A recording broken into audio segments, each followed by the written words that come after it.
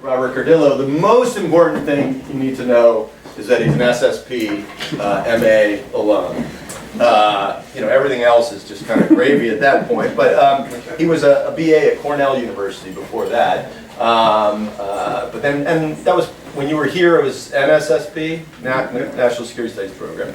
Actually, it wasn't really even here. It was in the Pentagon still, yeah, okay. Which is where it was born. Robert Cardillo is now Distinguished Fellow at CSET, the Georgetown Center for Security and Emerging Technology.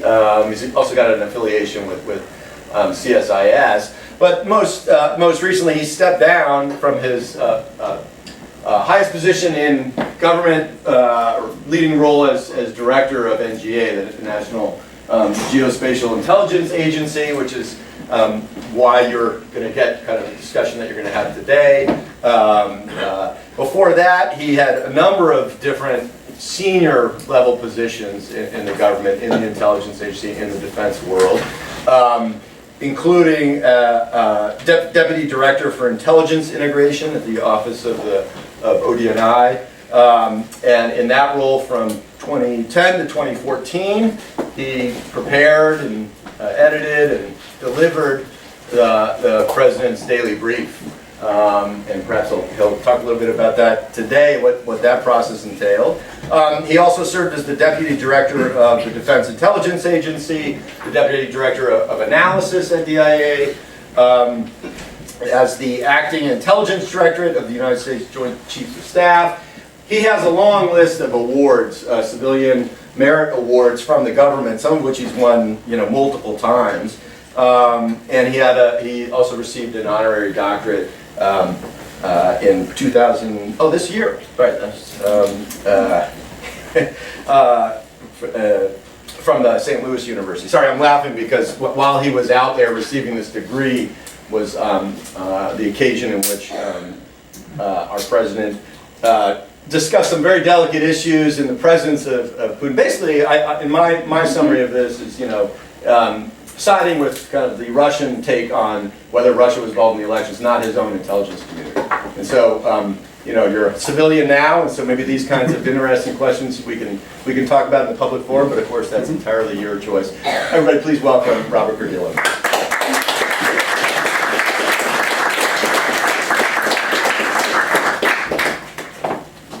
Thanks very much, Peter. It really is good to be here. I would say back, again, we weren't in the Pentagon some 30 years ago when this program was in its infancy. Here's my plan, such that it is. What I thought I would do is expound upon one segment of the career that we just took a top-level look at, which is my West Wing time. And I'll spend some time talking about the process of the President's Daily Brief, mechanics, some of the procedures, but I think more interestingly, some of the lessons that I learned about trying to convey a decision-making service to the single most important person in our customer community. But I use that not to narrow, but hopefully to broaden. I'll say up front too is I will not run the clock. Okay, so we will stop at a decent time, and I'd love to hear your questions and or comments. And pretty much anything is fair game to ask. I really can't imagine anything I'm not willing to talk about. But if you try really hard, maybe you'll find something, and I'll say, well, that I can talk about, etc. But I do want to be as helpful as I can, and I'll say too. Really, in my days in Ithaca, I was kind of sort of in your seat, but not as well situated as you are. What I mean by that is I came from a military family. I almost put a foot into West Point, veered off at the last second, but kind of knew I was going to serve in some capacity. But as I was finishing up at Cornell, I didn't know how, and so I had heard a few things about the intelligence community, but not a lot. This is the mid-'80s. I know you weren't born, but there was just movies and a few books. There wasn't a whole lot of info, so it was a chancy step. And so I applied rather blindly to the intelligence community, not knowing what was on the other side, not knowing if I was a good fit really, but just thought I wanted to find a way to serve. So what I'd hope to communicate today is some level of insight into my experience in that service to the community and those that we report to maybe give you some ideas or better clarity on what you might want to do with your hard-earned degree here at Georgetown. Okay, so with that as a frame, let me move into 2010, give you some context for the discussion about that period of my career. So it's the summer of 2010. In May of that year, the President accepted the resignation of the Director of National Intelligence, Admiral Blair. And Admiral Blair was the third Director of National Intelligence. The DNI itself was only 5 years old that summer because it had been stood up in 2005 as a result of 9/11 Commission and WMD. It was as all things in Washington, or as most things in Washington, it was a compromise solution. What are we going to do to get better intelligence? How are we going to better manage the community? The DNI was born. So in 5 years, we had 3 DNIs. And the most recent one was fired. And he was fired over a confrontation with the Central Intelligence Agency. And which might sound a little odd, but it's not, because there is a fundamental friction that was set up in that compromise between CIA, because they did the community management job before the DNI was established. So if you're a CIA officer, every time you see the DNI, you see a critique. Oh, sure, you're the entity that's supposed to do what we used to do, but better, right? You've got this all figured out, good luck to you, kind of thing. And it's Washington, you know, and so there's always some elbows out as people kind of compete for authority and access. So that tension between CIA and DNI was there from day one. It was there that summer of 2010. By the way, it's there today. Okay, we can talk about more of that later if you'd like. But when Jim Clapper, who was the Undersecretary of Defense for Intelligence, was asked by President Obama to be the 4th Director of DNI that summer, and by the way, for what it's worth, Director Clapper was about to retire again. He's not very good at it, but he was getting ready to retire. But how do you turn down when the President of the United States asks you to take on a job, and a tough job, but one he thought he could make a difference? So he comes in. I had just become the Deputy Director at DIA, and the short story there is that was where I got hired out of college. I was the most junior person in the organization. The Deputy Director is the highest senior position in the organization. What a great bookend, right? I'm going to close out my career where I started. Junior, senior, get the gold watch. By the way, we don't get a gold watch. Get the certificate and be on my way. Well, Director Clapper decided that I'd be a better fit for him out at DNI. Well, he decided that 2 weeks after I took, my lifelong dream job at DIA. And Director Clapper is someone who's hard to say no to. I give myself credit. I did say no once, and he went away. And then he came back about a week later, but he came back with my boss from DIA. It's really an awkward conversation when your boss walks into your room, your office in the Pentagon, and you've been there just weeks. He goes, I think it's time for you to move on. Awkward. So that record's going to be tough to beat, shortest serving Deputy Director of DIA. So I go out to DNI, and it's now August, I think. Clapper was sworn in on the 6th of August. I got there about 3 weeks later.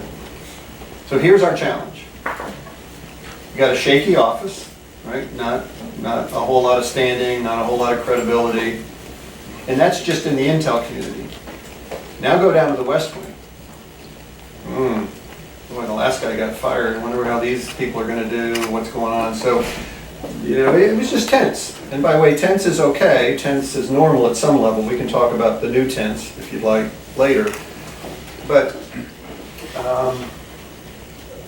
quite a steep hill to climb, because you've got to earn that credibility. Because one thing I've found as an intelligence professional, the only true currency we have is credibility. If you have it, you will get invited to the meeting. You know, whatever the meeting is to decide troop deployment or economic sanction or, you know, missile treaty negotiation. Whatever the topic is, you invite the intelligence professional if they have credibility and you think they have something to offer, right, to help you think through your decision. You only get invited back if you performed well the last time.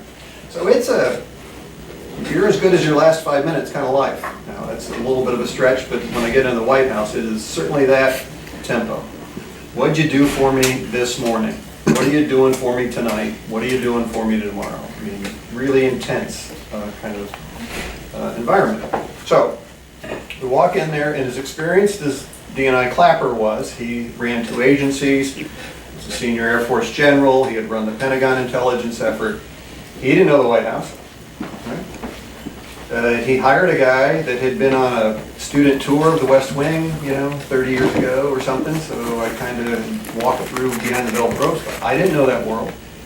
And so really steep learning curve. And you've got kind of a customer set that isn't quite sure about, you know, your value proposition. So credibility score is not. So let me tell you a little something about President Obama.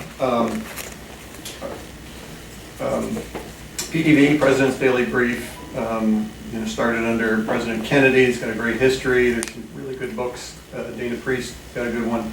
John Helgerson's got a good one about the history of it. But the most important letter in PDV is the P.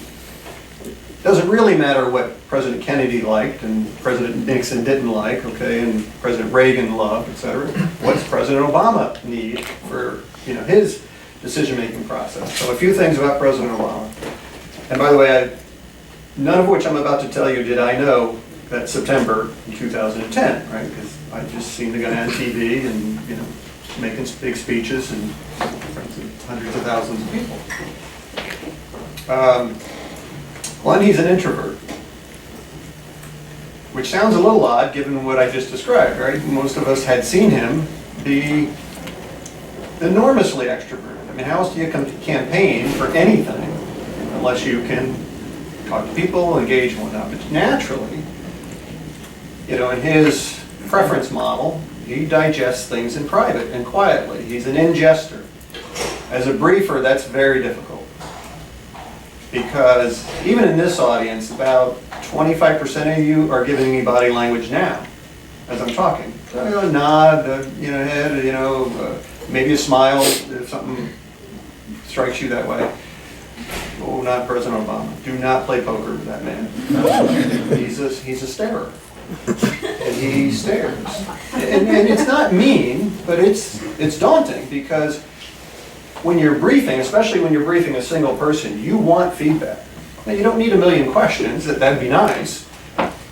But some sort, am I getting through to you? Is this of any interest to you? Should I keep going? Should I leave the room? Something. So that's step one, right? Step two is that because of how he learns, he needed to read the PDV in private. Not every president does that. Some don't read it at all. Talk about that later. But the way his model was, we would deliver the book, and it eventually became the tablet to him around 6 in the morning. It would go to his residence, and he would have his workout, breakfast, private time, and he would show up in the Oval Office around 9:30. First meeting of the day. First meeting that he's having in the Oval Office. He can do whatever he wants because the president never really doesn't have an office time. It's around the clock. So the rhythm that we had to get into was how do we create material that we know he will digest around 6, 7, 8 in the morning. And by the way, when he reads it, he reads it. I mean, fully consumed, digested, processed, done. Part of the problem with Admiral Blair and his team, and by the way, this isn't why he was fired. He was fired because of the conflict with the CIA. We'll talk more about that if you're interested. But part of the problem with CIA, the prior team, was they had been going on the George W. Bush model briefing. Remember what I said, P is the most important letter. President Bush, 43, was quite different than President Obama in many ways, but also as a learner. He didn't read the book till he got it. Now, he would read it while you were sitting there. So that's a whole different briefing style. You're introducing a topic, Iranian nukes, North Korean missiles, Chinese economic issue. He's scanning the book, you're briefing him as he goes, and so that's an interactive model. And President Bush, as I understand it, and I never briefed him personally, was firing questions. Just, what's this, what's that, how do you know this, how do you know that, right? So that's interactive, right? President Obama got it, read it an hour ago, don't come brief me what I already read. That was annoying him or frustrating him because he wasn't sure why do I read this and now you're repeating what I just read. What he wanted to know, okay, I got what the intelligence community view is about that threat or that opportunity or that world leader or whatever. He wanted, what are we going to do about it? Do we need to redeploy forces? Is this a security issue? Do we need to alert Homeland Security for some potential threat that's building? Do I need to call leader A, B, or C and say whatever, diplomatically engage? So Director Clapper and I had to create a different briefing at 9:30. It wasn't the book. Remember, he's got that. It had to be now the either context for what he read, so we would have to lift the story out of the detail. So say it was about some Iranian missile production, development. That would be the page and a half in the book.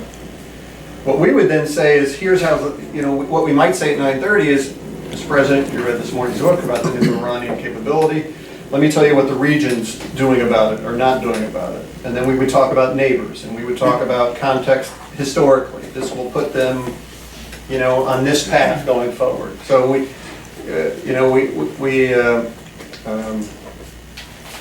was, like I said, it was a pickup game almost every day. We got some rhythm to it, we got some structure to it, but basically you were building something of a newscast, a live, newscast, just to help take what was in the book and frame. And what I found, well, one, it was an exciting lifestyle, because I didn't tell you the whole story about the clock, so let me fill that part in. So I told you we deliver in the morning, but that backs up. If we have to deliver at 6 in the morning, we pretty much have to be done at midnight. It's just overnight production time, graphics, whatever, printing in those days, or tableting when we transitioned to the tablet. As the senior editor for the PDB, I would get the drafts around 6 p.m. at night. That's 12 hours in front. And each book is 3, 4, 5 articles. This is for President Obama, changes each time, but that's what it was then. And they're 1 to 2 pages except for Saturdays. By the way, it's 6 days a week. Saturdays would be longer pieces because we wouldn't have a brief unless he asked for it. So he'd have more time to read. So 6 p.m., I'm logging on to my workstation and doing final edit. And by the way, there's been tons of work before it got to my desk. Okay, so obviously people aren't just emailing me, hey, I got an idea for tomorrow. Okay, very structured program about topics, and you're going to be the lead, and I want you to partner with Treasury, and I want you to go, this one is clearly not ready, we've got to do more collection, etc. So when it gets to me, it's got to be nearly done. But 2 things happened. One, they hired an analyst, okay, to be the editor, which I'm sure has happened before, but I earned a reputation of being a little difficult to get pieces through. I don't apologize for it. It was my job. The last thing, well, I'm wondering if this really is the last thing, but I'll say it, we'll see, that I wanted to do with President Obama was waste his time. Either an article wasn't ready, or it was half-baked, or if it just had too many conflicting sourcing pieces we didn't know. Now sometimes I'll tell you a story about when I did bring one of those to him for a very particular reason. But I went through 2 questions when I got those drafts. And the first question was this: why does the president need to know blank? Whatever your subject line is, whatever your thesis is. Now that's, as an intelligence professional, you could probably answer that, even if it's a stretch. Because we hired you to be a good analyst. You got a good way of framing issues. One wasn't too high of a bar, but the second question was always harder because it was why now? I get it that he's interested in China, and I get it that, you know, Russia is a focal point and the Iranian nuclear program, okay, but it's Tuesday, September 12th, you know, of 2010. What's he gonna do with it tomorrow? Now, the answer could be, oh, he needs this for the G20 that's 3 months from now, and we're gonna put 5 articles together to help get him prepped for here. Okay, that could work. But if they got through those 2 questions okay, then I would go on with the draft. Because by the way, I was busy too. I'm not reading one that doesn't pass those 2. So then I would get down to the 3rd piece, and then it was all, you know, obviously I had to agree with the editors that, you know, there was a good thesis statement, okay, there was a good analytic call, it was well supported with sourcing and evidence, etc. And then go to work. And I'll share with you in a few minutes what I didn't create, but the team at the PDB staff. Now it looks coffee stained for a reason. This is actually my historic copy. And these are watchwords, as in don't use them with Cardillo, or you will get a lot of red back on your article. And these, and I'll share them with you. I don't want you to get distracted by it just yet as we get to Q&A, because these are examples of what I found made your message harder to comprehend. They're just phrasing and construct, and in some cases specific words that I just found unhelpful. That if I was the decision maker, you know, you're not advancing me by the use of these. So that's what I would do from 6, 7, 8, 9, sometimes 10, really bad nights 11. We're still debating an article. Goes to press, goes to the White House, and then, like I said, the briefing was at 9:30, sometimes 10. Very early on in my tenure, I got a very important article. It happened to be about the intelligence community's assessment of the number of nuclear devices, weaponized devices in North Korea. The number. Pretty weighty topic. By the way, I'm not breaking any national security laws. It's still a weighty topic. It's an important issue. And so I got a draft, and it happened to be written by the Department of Energy. Department of Energy is one of the lesser known, one of the 17. I say 17 because I count the NIC. If you hear 16, that's also true. Okay, it just doesn't count the National Intelligence Council. Okay, I think they should count. But one of the lesser known entities, it's not a big shot, but they're really capable because, look, these people, you know, do the research on our weapons programs. They understand adversarial, they understand physics and chemistry and all, you know, these are truly some of the smartest people in the country. And so they had written a pretty persuasive case, okay, for a number. Now you've seen all the movies and whatnot, well, it doesn't really matter. When I say the number, think of a range, okay, an estimate, you know, we think it's here to here, or we think it's here to here. Well, DOE had put in an estimate, and by the way, they thought it was here to here. Okay, my hands are important now, here to here. At the end of the article, which is a trait of the PDB, and I don't know when it started, I'm sure it's in one of those books I've already cited, lesson learned, do your homework before you show up for the lecture, is the dissent. And by the way, one of the lessons learned from the WMD fiasco was the fact that we didn't properly respect dissent during that whole run-up to the engagement with Iraq. So it's very, very important that that piece is protected. Not every article has a dissent, right? You know, but sometimes it'll be, hey, the one agency thinks this and the other agency thinks that. But in this case, it was a no-kidding, full-on, this is wrong. Energy has it wrong. It happened to be from CIA. It could have been from DIA. They'd have been the other player. It could have been state as well. But it was CIA. And CIA wrote why they believed that 2 pages was wrong in a paragraph. And I found both pretty compelling. I mean, I could see how you could get to the energy estimate if you followed the sourcing and the credibility and the confidence and all of our tradecraft. I could see how you could get to this. Well, CIA's had a different view. That source, that confidence level, we're not buying that input. And you go, well, if that's the case, you're going to come to a different level, right? Not down there, it's going to be up here. Well, it's like 10:30 at night, and this is a tough one because the cents are hard, and I'm on a conference call, and I've got CIA over here and Energy over here, and I've got my net guy here, and we're just trying to adjudicate through this. We can't. It's a hard. Energy's sticking by its call, which they should do when challenged if they believe they have made a good, structured, sound case, and so did CIA with its Senate. So I decided to go ahead and submit it. Not really knowing how the president would react. Remember this, I'm just a couple of months in. Don't have a good feel for what works and what doesn't. So go and do the brief the next day. Remember what I told you, we do the walk-on briefs, we have other stories and whatnot. I didn't speak to that article. He read it, he got it. But he didn't have any questions on it either. So when I was getting ready to leave, I took our chance, and I said, Mr. President, I've actually got a question for you, if I may. And he goes, shoot. And I said, the Korea piece on weapons. We led with it this morning, article number 1.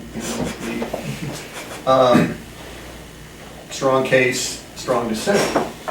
I gotta ask, was that useful to you at all, or was it confusing, or are you frustrated now that we've got such a divergent view within the community about so important a question?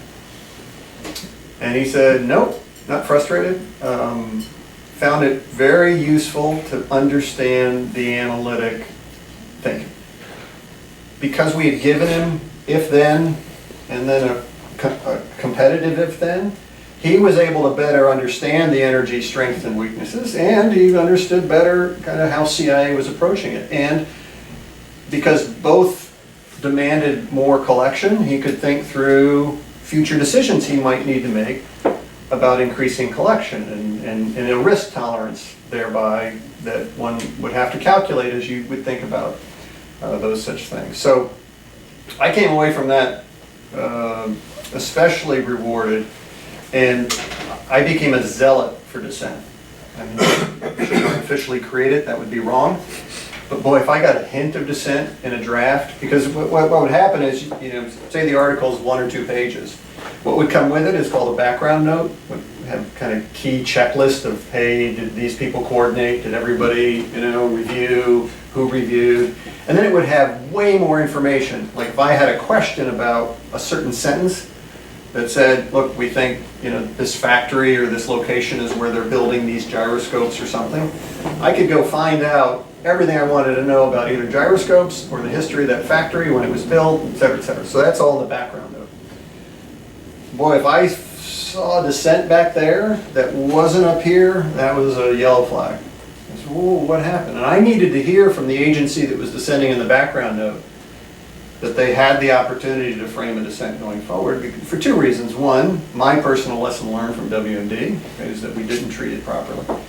But 2, the fact that I knew now customer number 1 was very interested in that was helpful for him to think through it. Let me give you 1 or 2 more vignettes. I'll hand these out. We can go to questions then, either on this segment or anything else, or what you read in the paper or saw on Twitter this morning. Everything's fair game. So now it's December 2010. Put you back into that mindset. What had happened in the middle of December was there had been a protest in Tunisia. And that protest emanated from a fruit vendor's mistreatment by local law enforcement. He was trying to sell his fruit. Apparently the police officer decided, you don't have the permit, or I don't like your fruit, or whatever, and either confiscated or whatnot, but caused enough of an issue to have the fruit vendor object, and the fruit vendor ended up setting himself on fire, okay, by way of protest. Well, that sparked, that's a horrible pun, that created a follow-on effect. Food riots, okay, people in the street marching against the president. Ben Ali had been president for I think 32 years at that point, and so there was a general disruption. Okay, so I'm going to say it's like December 21st. It's a Friday. You guys can check on your phones if that was a Friday. But let's just say the Friday before Christmas. It's the last brief before the first family goes to Hawaii. Right? They're going for the holidays. You can feel it in the West Wing. It's palpable, right? It's vacation, right? I mean, except for us, because we're not going anywhere. But the West Wing's excited, because even if you're not going to Hawaii, you know, the boss is going away. You know, we get time off and whatnot. So there was kind of an uplifted mood, and you could just sense it. Of course, I come into the Oval Office and try to get everybody depressed. You know, this is going wrong, that's blowing up, you know, big threats. But you have a good time in Hawaii. You know? Well, as I was doing my prep that morning, so I have my own briefer, so he's briefing me about the, prep for the material. Over the top of his head, as he's briefing me, is, I'll say BBC, some news feed. And I'm watching in real time these fires and this police engagement and military engagement, people rioting in Tunis, and there's nothing in the book. Now, that doesn't mean the intel community didn't write anything on it, okay, they didn't say anything about it, but there was nothing in the book, and I said, geez, he's leaving for 2.5 weeks. We should say something. I should say something. Now, I was smart enough to know I shouldn't wing it. I should make some calls to our experts in Tunisia, the regional analysts, the diplomats and whatnot, and said, look, I want to give the president some sense of what our view is of what's happening in Tunisia. Collected it in an hour, which is actually a long time in the morning to do that. And basically it said that Ben Ali has been in power for 32 years, that the kinds of events that we were seeing in December of 2010 are the ones that have happened cyclically every few years. It's not always emanate the same way, but the people get upset with either a lack of freedom or economic prosperity or access to education or whatever. They begin to protest. He deals with it rather heavy-handedly, like he was doing then, and eventually suppresses it and it goes back. That's what I passed on to the president that morning. And I did it as a no, by the way, literally, by the way, you're heading off. We didn't want you to leave without us talking. I'm not pointing at CNN anymore, but what you're watching on TV. He said thank you and left. That night, Ben Ali fled the country to Saudi Arabia. He abdicated. Government fell, right? Basically, the Arab Spring truly began that night. I'm watching all that. Oh boy. I very personally took a risk, right, and said, need to update the president. Now, don't get me wrong, I didn't make things up. That was the IC view at that time. We've seen this movie before. We know how this plays out. Now that is a trap, right? What happened yesterday will happen tomorrow. And let's face it, in the intelligence community, we are more known for the things we've gotten wrong, and I think that's part of the job, right? That becomes advertised, whether you miss a WMD or a hijack or a threat to civilian airliners, etc., than you do for your successes, because those tend not to be advertised for 10, 20, 30 years. But anyway, that's the nature of the business. So I tell you this story just to say that, one, I did everything, I think, for the right intention. I thought we owed him a synopsis. I gave it to him as we saw it. We were wrong. Now, he's obviously being updated while he's in Hawaii. The book is continuing. And of course, we're writing all these new articles now about what's happening in Tahrir Square and what's happening throughout the Middle East. Well, one of the reasons why I like telling that story is that we don't always get it right. You can follow tradecraft, you can follow procedure, you can get things fully coordinated and still be wrong. So on the more human side of this, he comes back 2 weeks from that Monday, right? 2 weeks leave, And again, you can kind of feel the West Wing. People are coming back from vacation, right? But it's the first day back. And of course, I have the good fortune to be the briefer, to greet him on that Monday, 2.5 weeks from my call on that Friday. And I think I opened with, welcome back. You might recall that I provided you an assessment of the Tunisia situation, and I got about that many words out of my mouth, and he went, how's that working out for you? And I tell you that, it's nice to have a human on the other side of those things, because he, thankfully, he could have let me twist, for a few minutes and see how quibbling I will get, on how many apologies you can get. But I just don't, look, we got it wrong. And of course, he knew that well by then. But I also say that story is that getting that wrong isn't something to be, tucked in the corner or hidden. It really should be brought out as a lesson in tradecraft. Did we do something wrong? Did we process? What did we overvalue when we said he's done this 10 times, and why was this time different? As it turned out, it was. And I'll tell you one more vignette. And now we're in the summer of 2013. It's August. And in this case, I'm sitting in my office in Liberty Crossing. So the headquarters of the Director of National Intelligence is out near Tyson's Corner. I was either in the executive office building next to the West Wing or in that office. I happened to be out in that office. It was in the afternoon. And we were starting to get social media feeds from Damascus. And the social media feeds were about unusual medical events, foaming at the mouth, burning sensations. They were symptomatic of a use of a chemical agent, if not a weapon. So that part is true. The whole, YouTube, Facebook, Twitter got it first. They did, because they were on the scene and they were being posted. Now the question is verification and validity, and then of course, even if you verify that an agent was used or responsibility is really the question of the day. I mean, there's a basic humanity to getting care to those who need. Okay, so that's clear and that should happen.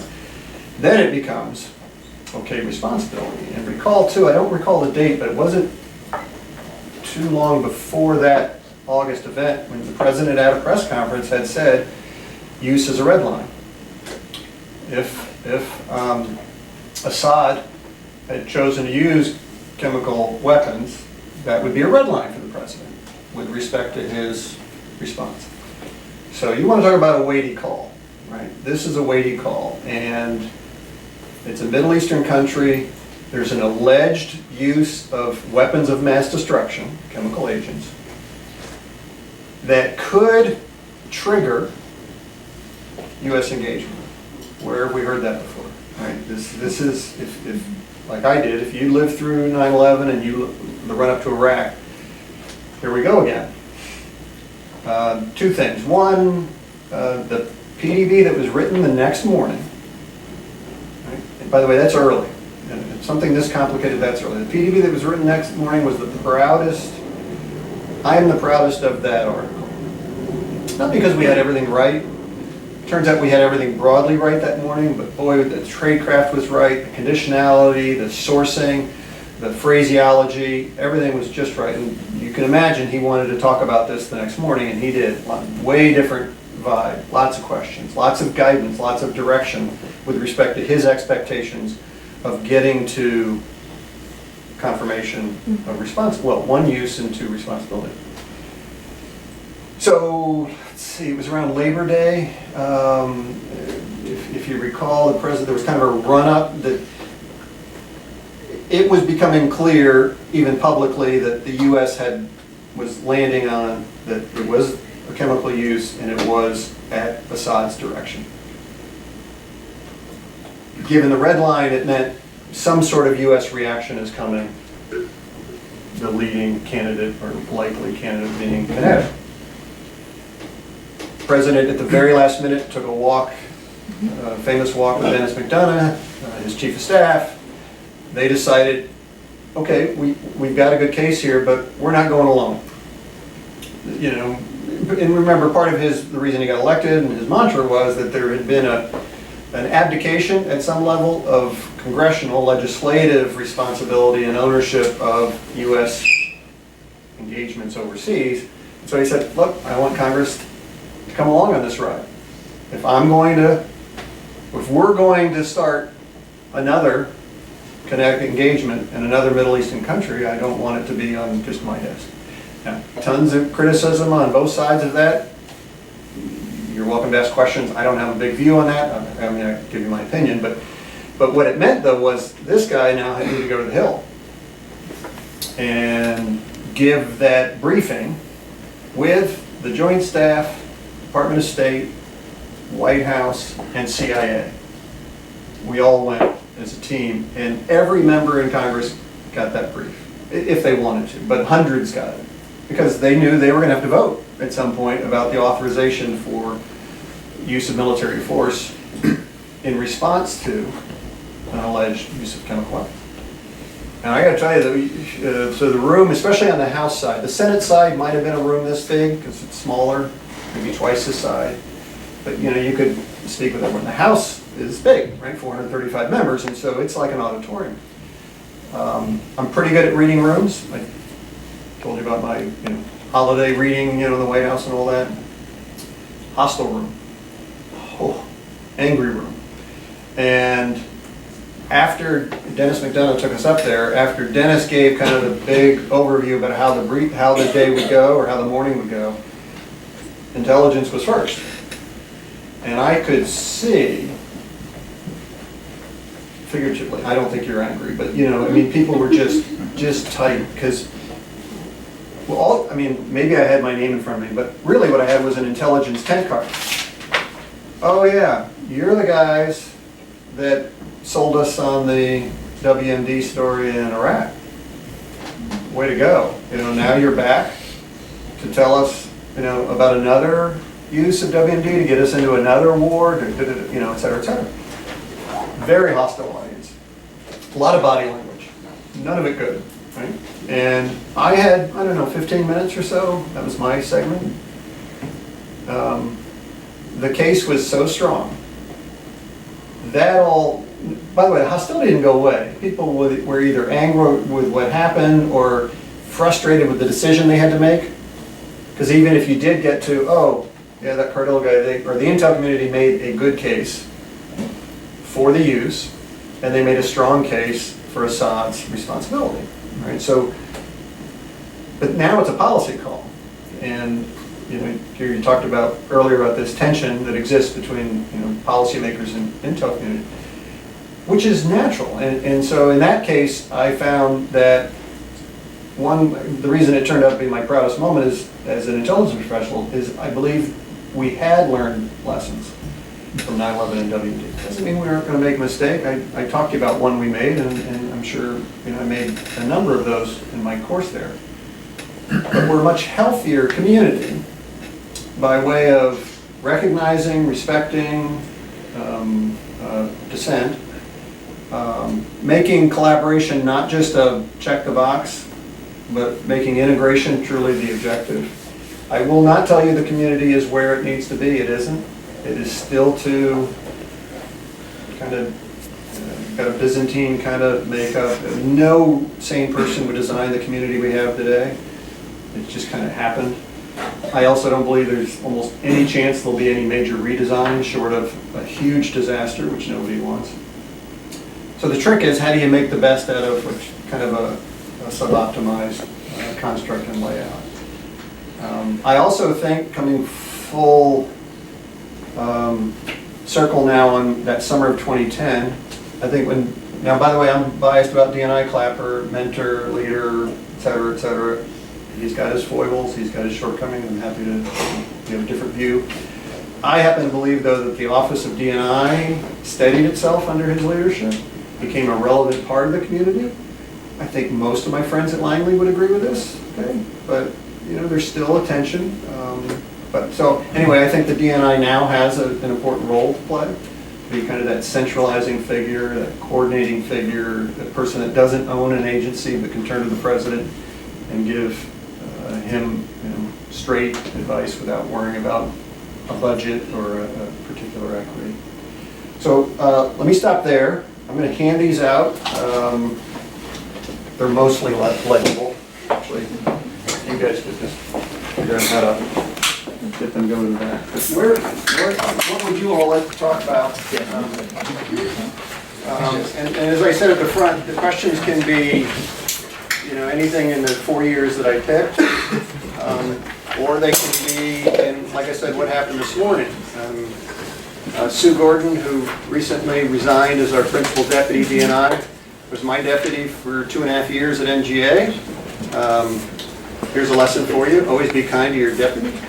They could be your boss the next day. So, Sue flipped up and became my boss one day, and I've had no better deputy and no better boss, and I'm not just saying that just to be nice. She's an amazing human. But I will say that Sue's departure is I call it an unnecessary tragedy. Just didn't have to happen, but we live in challenging times and it hadn't happened. And the downside isn't that it isn't about Sue and per se, but it's what I worry about is that Sue was so professional and so good and so talented, we don't have her service now. And he'll be a good person coming in. As a matter of fact, I know the acting is Andrew Hallman. Andrew was my deputy at DNI. Once again, be kind to your deputies. They can be bosses someday. But we're down one Sue Gordon. So what good is that? So I obviously have regretted some of the changes that have occurred. And to Keir's point about the whole Finland issue, I had the opportunity to meet with interns the next day. It was coincidental, but NGA has about 300 interns that come in each summer. I highly recommend it. By the way, the deadline for next summer is 30 September. There's your point, nga.mil. We still got mil. But the applications are on there. And so I was doing a session like this with the interns, and at the very end of the Q&A, a young lady who had just finished her freshman year, so what she could be 19 years old, stood up and said, that was a nice speech, and this place seems like a good place to maybe work, but I just watched that press conference in Finland, and why would I want to be part of this team if the president doesn't believe us? And I said, wow. Good on you for asking that question, because you don't really know how I'm going to react. So I gave her credit for bravery, because at that age, I'm not sure I would have had the guts to do that. And I said, 2, there is a natural tension. I went through the whole look, intelligence, world as it is, policy, world as they want it to be, so it's natural. 3, what you saw yesterday was exceptional. That's not natural. It's exceptional. Now remember what I said, though. Most important letter is PDB, so that still counts, right? So his view matters. I'm not saying that. What I told her then to do was to go read D&I Coates. He was Clapper's successor. He had put out a public statement the next day about truth to power. We'll continue to do what we do. We'll describe the world as we see it. Go back to work. What I worry about, Sue Gordon will be just fine, by the way. And some university somewhere will be advantaged, and Sue will continue to help the next generation get ready, and companies and all that. What I worry about is the next Sue Gordon. And it could be one of you. You could have watched what's happening or watched what's happening now and go, oof, that looks too messy. Why would I want to join a profession that doesn't seem to have credibility with the first customer? I'd encourage you, well, one, exactly the right debate you should be having with yourself. Okay, these careers are not for everyone. It is background. Successes are hidden. Failures are headline news. You don't get a whole lot of thanks in the world. But I found it to be a very rewarding career because I saw it as one in which my only job was to make your decision a little better when you have to make it. And sometimes I help just a little bit, sometimes I help not at all. But oftentimes I was able to give you a better frame, better context, a little better insight, so that when you had to decide, it could be this much better. And that is rewarding if it isn't often the background. So what's on your mind? Yes, please. Yeah, my name is Kristen Jock, and I actually wanted to introduce myself when you spoke, but I just taken a bite. but I interned in GA last summer, and I watched the. Well, I hope it 8:30 went well. Yeah. It was Okay, good. It was good. But I watched your 8:30s and how you received those briefings, and so given what you just said, what kind of, like, how did you receive the briefings in light of the fact that you used to be a briefer yourself? Yep. So Kristen, right? Yes. So Kristen's question is about, there's one meeting at NGA that the whole agency attends. So the agency really is in 18 time zones. Half of us are in DC, about a quarter in St. Louis, Missouri, and then the rest around the world. But we have a collective meeting via video teleconference. And overnight developments are briefed, things that happen, at least overnight in Washington time.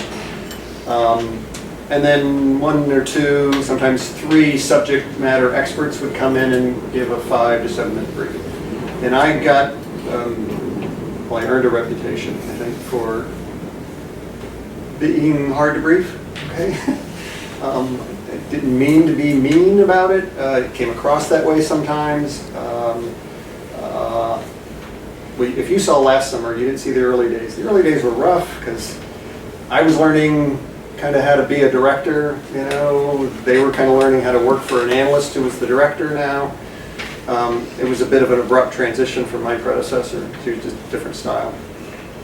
So my approach was this. I said, look, one, I'm a big believer in feedback. I call it a gift.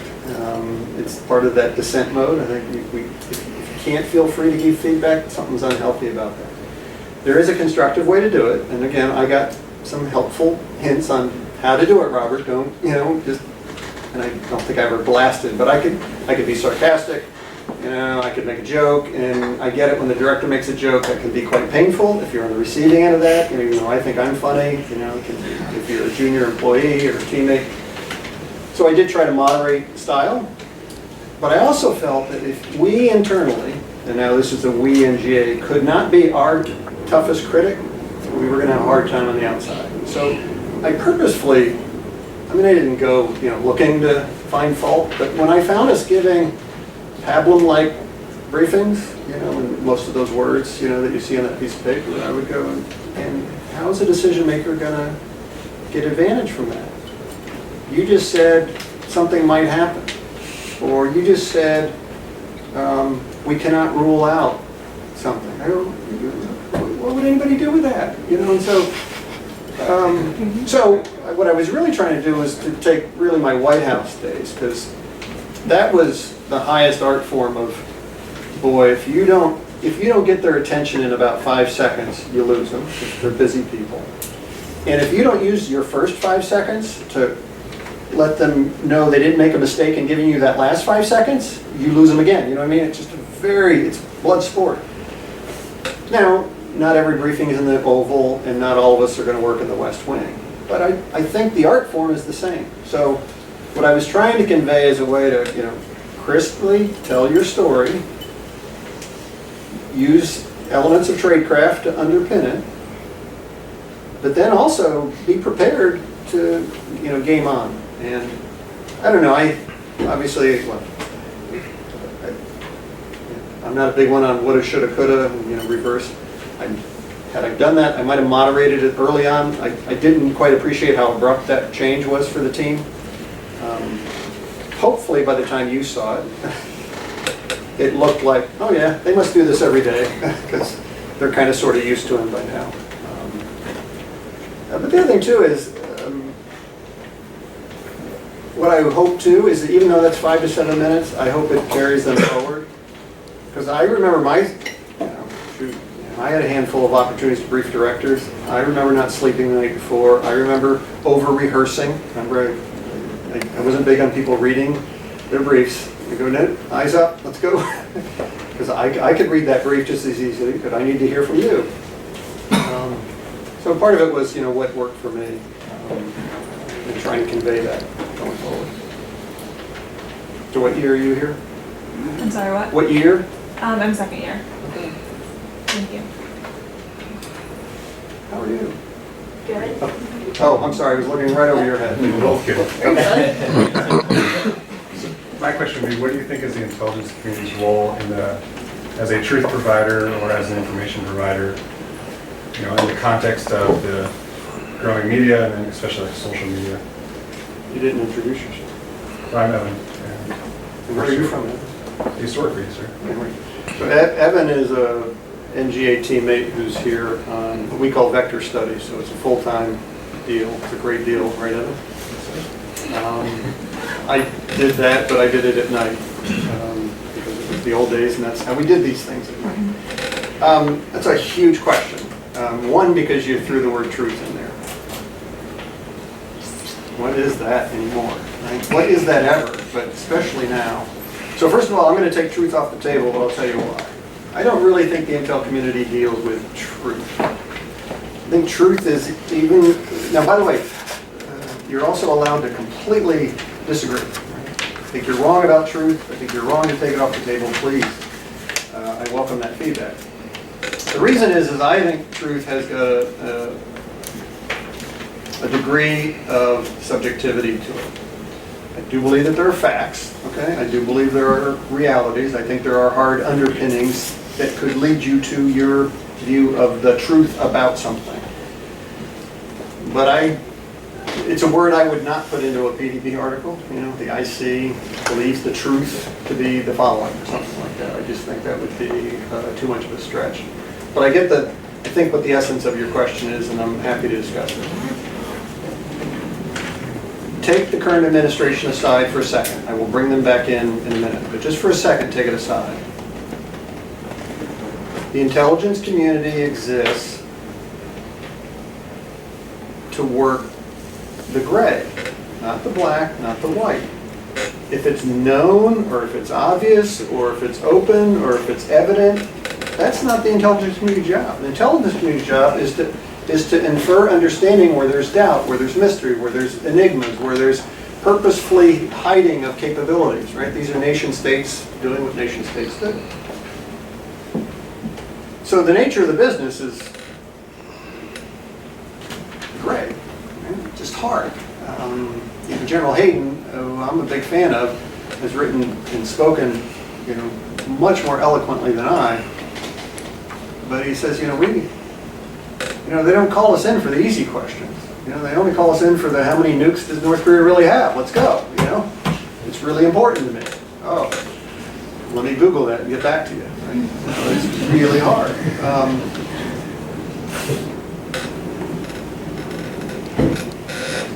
And humans are interesting animals. That's not a new thing either. So we are all prisoners of our past, of our education, of our experiences, of our cultures. Just are. I will see the world differently than you, even if we both see A, B, and C. And when I say see, you could be read, you could be sense, but we could be looking at the same thing and see it differently. So that too is natural. All right. So that again isn't something that we've just come across. My worry now, though, is that underlying and kind of, I'll call it the natural level of unease and natural level of tension and all that has become hypercharged. And, the fake label, false news, fabricated information, facts aren't facts, takes what is already naturally kind of a shaky frame. That's the intel community. We have kind of this shaky frame of reference where we think and we assess and we infer. So it isn't, pillars of historic knowledge all the time, right? It's great. It's shakier now. One more vignette from the Oval. So, and this isn't the only reason, but at one point I was walking to the Oval and the president said to me, I'm carrying my books or my tablets or whatnot, and he's going, could you ever bring something good in here? And it was an offhand, but it was, chaos and disaster. That's what we're going to call you now. That's all you bring in. It's bad news. Bad news, Cardillo. But again, I thanked him. Yes, sir. That's our job. That was kind of a credit. But we did try, like at the end of our walk-ons, to talk about something that's going right or better or different or took an upturn or whatnot. So President Putin was running for his initial election. So he had been prime minister, he was coming in as president, so he was running to succeed Medvedev. I don't recall the year. Once again, I should have these things done ahead of time.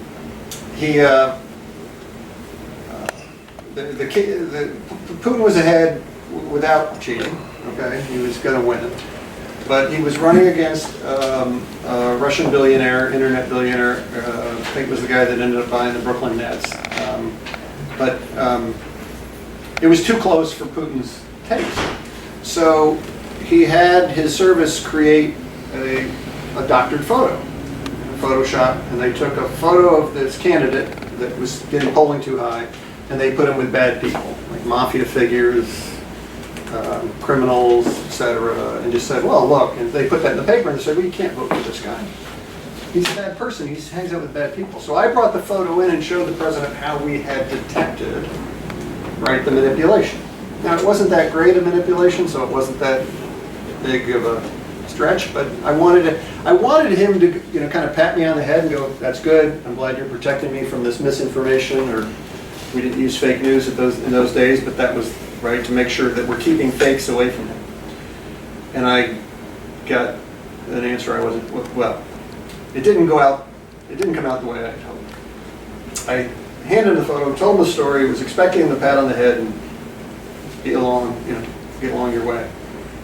And he said, well, okay, good, but this is the 11th photo you've shown me in the past 15, 20 minutes. How do I know those first 10 weren't doctored? So your eyes just got wide, like mine did at the time? You can't ask me that, because those are government photos. Those are mine. Those are classified. I had all these answers. But of course he can ask me that, right? Because, cyber attack, malware, whatever you want to say, we owed him an answer to that. And gosh, talk about it backfired. But the reason I loved it, though, is that challenge now. So in the good old days, when I was an analyst in those old days, a picture was worth not just 1,000 words, but it was also highly classified, highly controlled, highly protected. There's no doubt about the picture. Hopefully you all now think through every picture you see or every post, because it's just deep fake is, I don't know if it's the newest technology, but it's a very easy way to manipulate video online. And so in such a world, what I worry about the intelligence professionals, where do we find that frame? And if it gets shakier, remember what I told you about our currency, credibility I think gets affected. You don't get invited to the meeting, or you don't get invited back, and now you've got policy without any anchor, or buoy, or whatever, guide. So I do worry greatly about that. I'm actually working on that topic both with CSET and my work out at SLU and at CSIS, because I believe it's something that society is going to have to deal with. Switching, to my just pure citizen's hat, I do worry about social discourse, and I don't just mean right, left, you're evil, you're good, that kind of discourse. I think that's kind of natural in a weird way in our government throughout history. But we have less and less in common, and I don't mean common as belief, but common as in reference points. And if we have fewer reference points, I just think that kind of hypercharge those differences. And so I do worry about that. Yes, sir. Hi, good morning. Thank you. Anand Jansen, for new student at SSB, former Navy officer. Did you ever get the feeling that in your ODNI or NGA, that when you were there, that you were actually supporting an overarching long-term strategy, or was it more like reacting to day-to-day events or like near-term events? You mean from the administration? Right. Yeah, I mean, look, they ended up not. They started using the word pivot to China. They decided that wasn't the right word. Rebalance, I think they ended up coming with. But anyway, I think that was clear. In policy decision, we are going to move China, and even though I never saw anybody in the administration use this word, but many people called it the frenemy camp. We're not quite sure. But I think the president was recognizing that if you thought of the 20th century as being kind of defined by Europe and America's rise through the century, his team saw the 21st century being defined more by an Asian influence and rise. And whether it was diplomatic engagement, which he participated in, or potential cooperation. I worked for Edwin Mullen when he went to China the first time as CNO, Chief of Naval Operations, before he became chairman. He was very engaged with his counterparts. So there was just, to me, that felt like, okay, that's a policy decision, and I feel like there are pieces or parts to that. So I would say that did work well. What I'm about to say is a bit of hindsight, which is kind of too easy, but I'll go ahead and say it anyway. It does feel like that either through neglect, and I don't know if the neglect was purposeful or just a natural to if you're going to pivot, you have to be pivoting away from something. That did pivot away from Russia. Again, I think that was purposeful. And I think there's been some unintended consequences of that. Not that I don't think we could have changed the overall Russian narrative. By the way, my quick synopsis of my view about Russia, I know we're being taped. I'll say, well, you could rerun this tape. I'm completely wrong, but I think Russia has X years left. Now, you could think X is 100 years or 150 years, but basically when that petrol station runs out of gas, it's going to have a real problem sustaining itself. Horrendous healthcare issue, life expectancy, the demography numbers are not good for them. So there's a lot of challenges with Russia, and they really haven't developed much outside of that petrodollar market, petro-ruble market. I think Putin knows that quite well. I think he's playing his hand hard now because I think he understands that over time they're going to lose influence. It's not a year or two. I think what all that means, though, is they're going to be more dangerous in the near term. Because if you know you're stronger today than you will be tomorrow, you're going to be more aggressive today than you are tomorrow. So I guess that would be my only counterpoint to that pivot that might have taken our all. I'll say for the Intel community, we certainly did. I was a Russia hire. No, I'm sorry. I was a Soviet hire, right? Mm-hmm. Ronald Reagan was president. Everybody came in and did the Soviet Union. That's what I did for half my analytic career. And then, Yeltsin, fall, kind of Russia goes, into the skids, and we all took our eye off the ball. So I think that was the downside of that pivot. Thank you. Way in the back. Hi, I'm Genevieve. I actually go to Penn State, but I was invited to come today.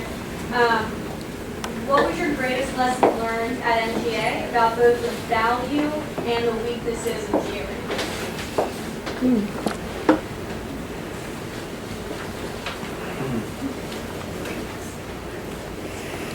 So remember when I was born in the business, highly controlled, highly classified government monopoly, so it was a very small world.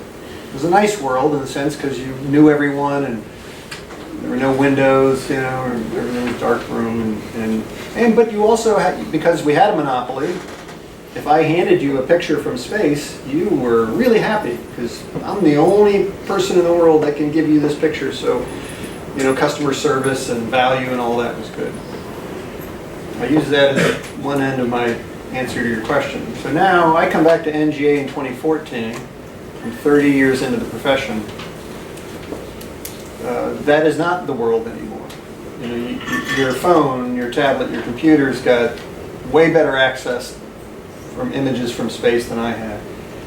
And so one of the things I tried to provoke during my tenure as director was how to rethink NGA's value proposition in such a world when it is competitive and technology is open and access to space is becoming, there are less barriers to it. So how do you can't do the Cardillion value thing anymore because we don't have that unique thing. Now, I'm exaggerating a little bit to answer your question. The government obviously has some capabilities. We can talk about that too. The tweet the other day that we don't, that isn't publicly available now. But for the most part, it's an open game now. It's an open competition. And yeah, I think my biggest challenge at NGA was to instill that in a way that wasn't fearful, like, oh no, we're going to lose our jobs. But it was more enthusiastic about, oh, we get to redefine our jobs and our profession. And so what I was trying to do was saying, look, let's elevate with this open source capability. Let's partner with these new companies and countries and entities. And then let's take our analysis and move it up the spectrum, I guess I mean that literally and figuratively, to provide exquisite value on top of what's commonly known. It is hard, and oh, by the way, I'm going to do that with a lot of automation and artificial intelligence. And that was another hard thing to convey because, you know, folks like our teammates might go, oh, well, that software is going to replace me. You're just going to get the algorithm in here, and then you don't need me anymore to do that. And it's not either the message or the reality. The message is no, I'm going to get you out of doing the mundane and let you do the exquisite. So when I think back about what might have worked well, I do think NGA was in a debate when I got there, but the debate was, should we?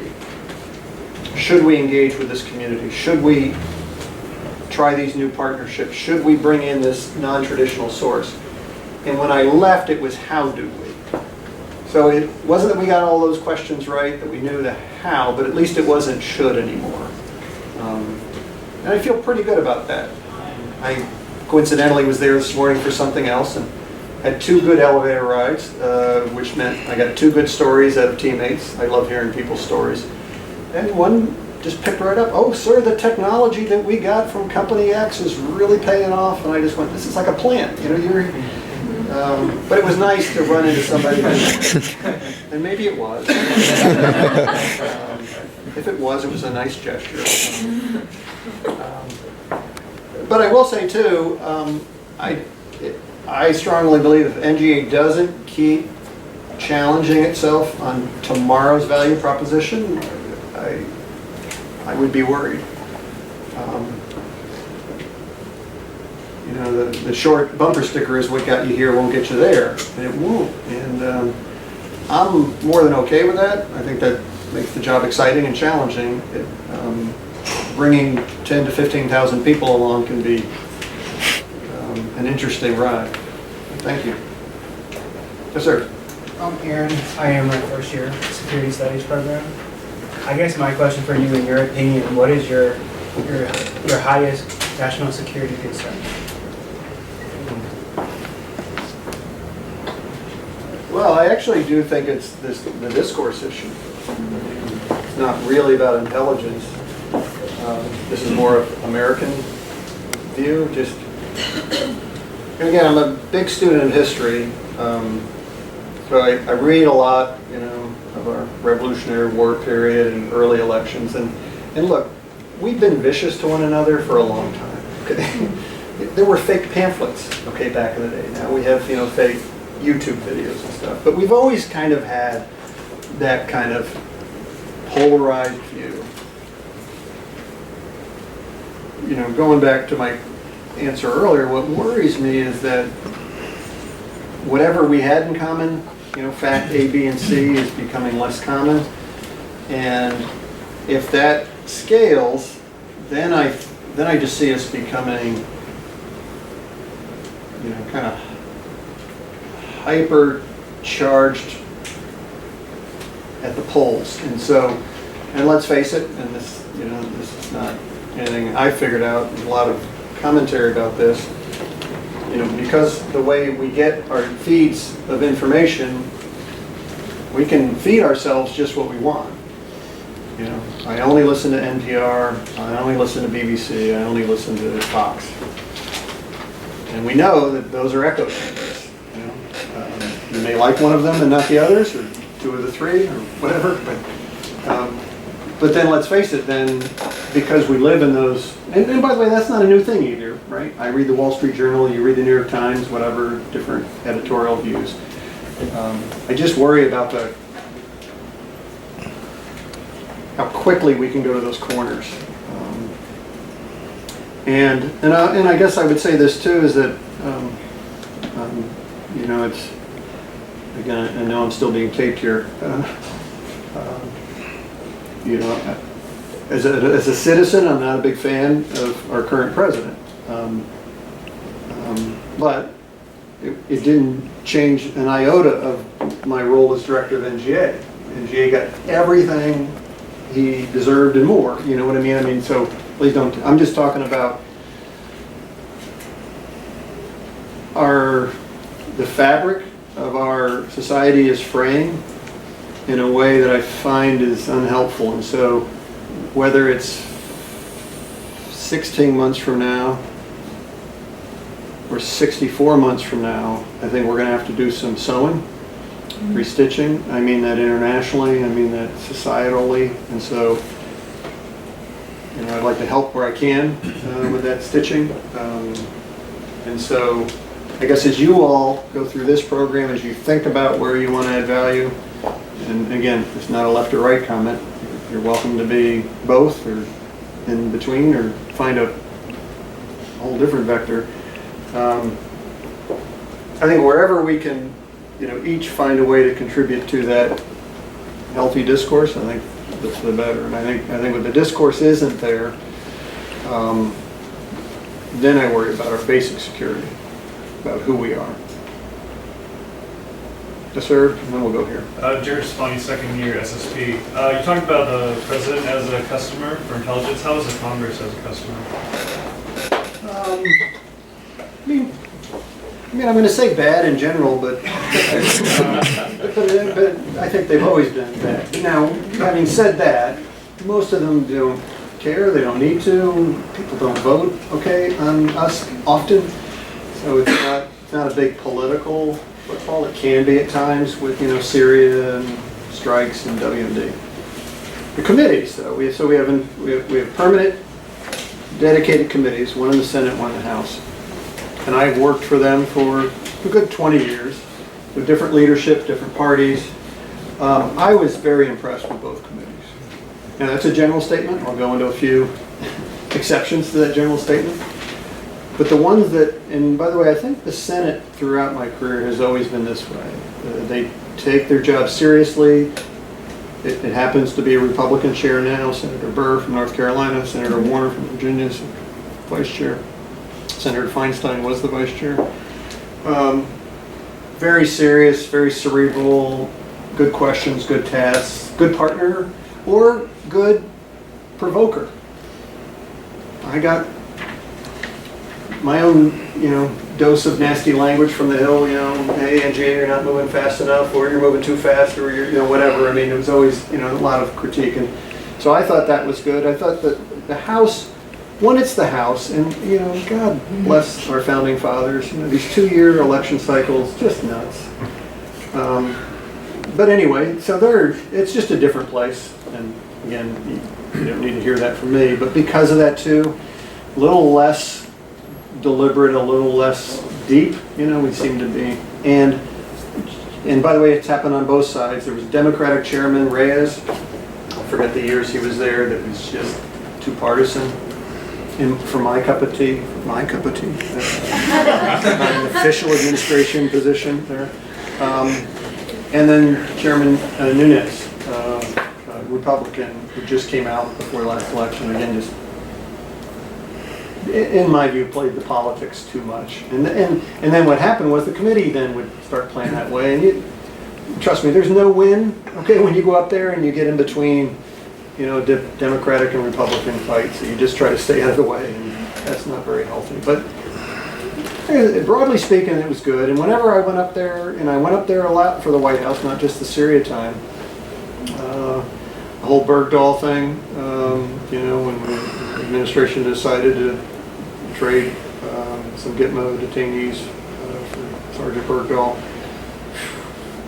Really tense meetings, because it's a big policy call, you know, a lot of debate about, whether or not that's not in just a near-term interest, American citizen being held against his will versus the example, the model that you create by making that trade. But I always found the Hill to be broadly fair. And let's face it, like most things in life, you're mostly dealing with staff. Members are getting briefed as they're walking in, and you're talking real fast to try to get them up to speed. So if the staff's good and the staff is good, we're well served. I would advise a stint on the Hill. We're going to get your question, even though you're getting a little nervous. We're getting close? Last question, Okay. maybe, after, when you're done. I was sent to the Hill against my will. I mean, literally. I remember I got called into the deputy director of NEMA. By the way, we were called the National Imagery and Mapping Agency at our birth. And I was running studies and analysis with the NRO. So I was doing future architectures, satellites, and all that stuff. And he called me and he said, so how would you like to be the director of congressional affairs? And I went, is no an allowable answer? He goes, no. I went, okay, then I guess I'd love to be the director. But it was the best assignment I didn't want. Learn the Hill.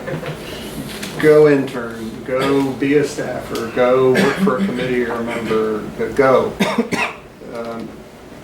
The town doesn't work the classical old way, but it still works, and that place matters a lot. So I wish I had done it sooner. By the way, my model of going to the White House at year 31 of my federal career, don't do that, okay? Go now, okay? Go as an intern, go as a GS5, go as a GS10. Get that. Bob Gates, if you ever read his books, he did it right.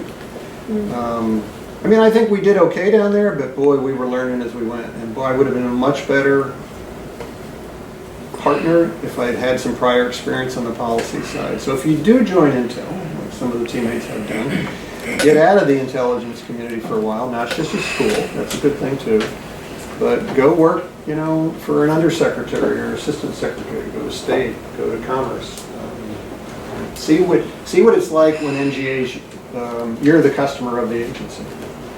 Okay, last question. So you discussed a little bit about NGA's move toward artificial intelligence, machine learning, and I was wondering if you think that NGA and the IC are doing enough to face the challenges to prevent issues and risks associated with using artificial intelligence, such as bias, having representative data, alignment issues, or do you think that's a future challenge?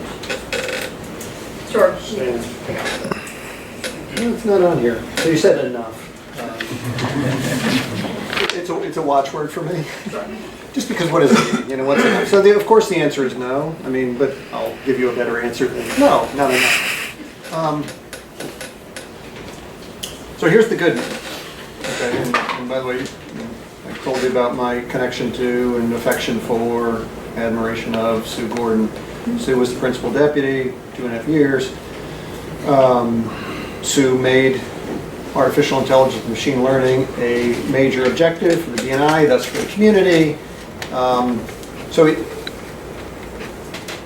The fact of and the reality of and the recognition of is there. All right. So no one's sitting there going, we don't need these darn machines. We can get our abacuses and run them faster or something. Or this is all about intellectual capacity and it doesn't really matter, and et cetera, et cetera. You can't automate intellectual thought, things like that. I think that's broadly gone. I won't say that there aren't a few people that need to retire before we get the rest of them out, but broadly speaking, everyone's of the same mind, that we need to find a way to make the data our friend and lift our eyesight, and I mean that both figuratively and literally, to see further, to understand deeper, etc. The challenge is so one of the major programs that D&I Clapper and Principal Deputy O'Sullivan, this is Sue's predecessor, Stephanie O'Sullivan, also hugely capable, was called EyeSight, Intelligence Community Information Technology Enterprise, I think. Cute acronym, but it was to get all the plumbing connected. CIA's got its own plumbing IT, and NSA's got its own. And when that happens, is that NSA database that could be useful for CIA to interact with its database is written in a different format or has a different interface, or you can myriad reasons why they don't connect. iSight was to bring those together. Places like NGA were the #1 fan of iSight because all of our stuff was open anyway. Even in the bad old days, or good old days when we had monopolies, everyone got the imagery. We're the very friendly. Sometimes people call NGA the nice guy agency. We go back everyone, we give people maps and charts, and who doesn't like a map, right? And so we've always been very open because we have to be. You can imagine CIA has things they don't want to share. And by the way, they should be allowed to do that. I'm not saying CIA should be open like NGA. NSA, especially in the past 15 years, it's moved into cyber, as the world has moved that way, has also created, pockets, if you will. So even though the community would come together to these iSight meetings and all the directors would raise their hands and sign the form and yes, we're fully on board with iSight. You go back to the program and budget, security, people would find all sorts of reasons why, yeah, I get the idea that our data should be connected so that we can run the algorithm across all of it, but my data is really special. And I got it from a really special place, and if I share it with you, I don't really know you, and you're from NGA, you guys give everything to everyone, so why, if we give it to them, you know what I mean? So that's the challenge. Intellectually, we get it. Culturally and historically, we have these inhibitors. And we're more like this, than we are like this. I'm an optimist. Glass is half full and getting fuller. So I believe we'll overcome this. I think this is where universities, think tanks, commercial startups will help. And by the way, one of the things I'm trying to do now that I'm on the other side is kind of be helpful to those entities, because I believe as those lift up, I think the reality of the necessity for the intelligence community to change will become more apparent. The IC needs to be embarrassed a little bit here, I think, in a good way, to kind of provoke. We can be better than this. So that's what I worry about. I think they do get it, that it's a necessity. And let's face it, I didn't even touch federal acquisition regulations and Department of Defense, challenges. I mean, the government is just big and slow. It was built that way. Founding fathers designed it that way. It's not an accident that it's big and slow. Big and slow in today's economy is a risk. So that too worries me. Now you'll see a lot of speeches from secretaries. Got to become more innovative, and we're going to lower the barrier. I made those speeches, right? Well, I didn't go to my contracts office, and make the speech in there. I didn't go to my security office and make the speech in there. Those people really do run the government, and so I guess what I'm saying is we got to take it just from the director level, make it more holistic. But I am optimistic. I'll finish with this. Good on you for. Well, congratulations on getting into the program. I know it's quite competitive. 2, soak it up completely. I didn't read everything in my syllabus. Okay, I made it through. But I do regret it. I'm reading them all now. I am a believer that we go to college too young anyway. But you guys can't do anything about that. You're here now, so just enjoy it. I think back longingly about my days, and I wish I'd really paid more attention in that class. Anyway, good on you, you're here. Whatever you choose to do, you've got tons of options. Again, I was a big fan of what's happening in the commercial market. It is just exploding. So I think you can find a way to serve on either side. I think the government needs to get better at those partnerships as I just described, so you don't have to be a government employee to actually support the kinds of topics I've been thinking about. But then lastly too, as much as we kind of stand up and do the podium thing, learn as much, if not more, from the person sitting next to you. I'm just a big believer in getting that continual feedback. So soak up that part of it as well. So with that, I'll thank you for your time, and I'm glad I was able to kick off this year's series of seminars. Thanks very much.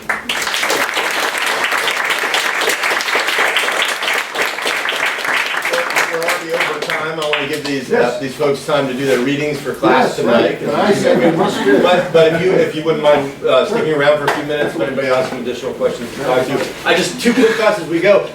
There's such conflicting emotions about someone of this caliber that comes out of government. Your first thought is, oh crap, who's going to replace someone like this? Again, sort of integrity, directness, honesty, a commitment to critical thinking.